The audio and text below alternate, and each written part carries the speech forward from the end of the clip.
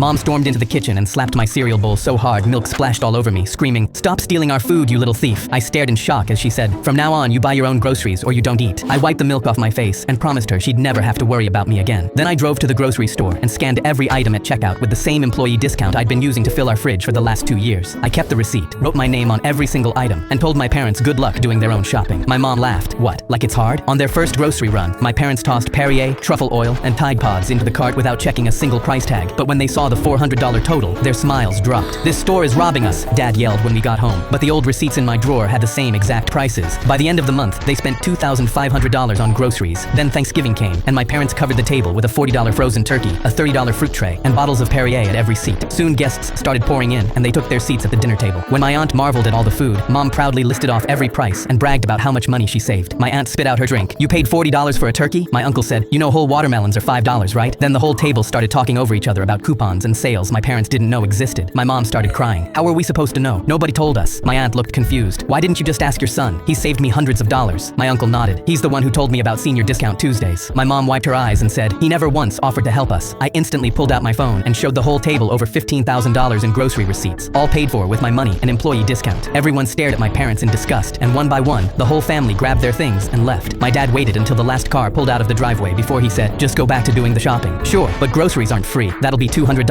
Mom's face went red. "You're our son. You don't get to charge us." I put my hands behind my head and leaned back smiling. I thought I was a thief. Wouldn't want to make you accomplices. I called 911 on myself to get a free ride home. I woke up 22 hours later with a massive headache and no memory when my roommate high-fived me and called me Boozebert Einstein. Apparently drunk me pulled off the smartest thing he'd ever seen. It was 3 a.m. and we were completely hammered outside a bar. The problem was we were 30 minutes from home by car and 3 hours on foot. We couldn't call a cab because earlier that night we traded our last $20 to a stranger for 2 cigarettes. We had no money, no ride, and could barely stand. So drunk me came up with a plan. I called 911 and in my best girl voice said, "Hello, there's 2 drunk guys walking up 3rd Street yelling. Could you send someone to pick them up?" The officer replied, "Right away, ma'am, we'll send a car." 3rd Street was 5 minutes away, so I dragged my friend Bear and told him to start yelling. We shouted about the good old days until a cop car pulled up. They saw we weren't a threat, just 2 drunk idiots, so they offered us a ride. 30 minutes later, we were home. During the ride, I got into a heated debate with an officer about whether aliens exist. When I got inside, I microwaved a pizza pocket but accidentally set it to an hour and passed out. The microwave caught fire. When I woke up, I found an eighth of snow in my pocket. I sat in that cop car for 30 minutes with enough on me to catch a felony. Boozebert Einstein almost became Diddy's little plaything.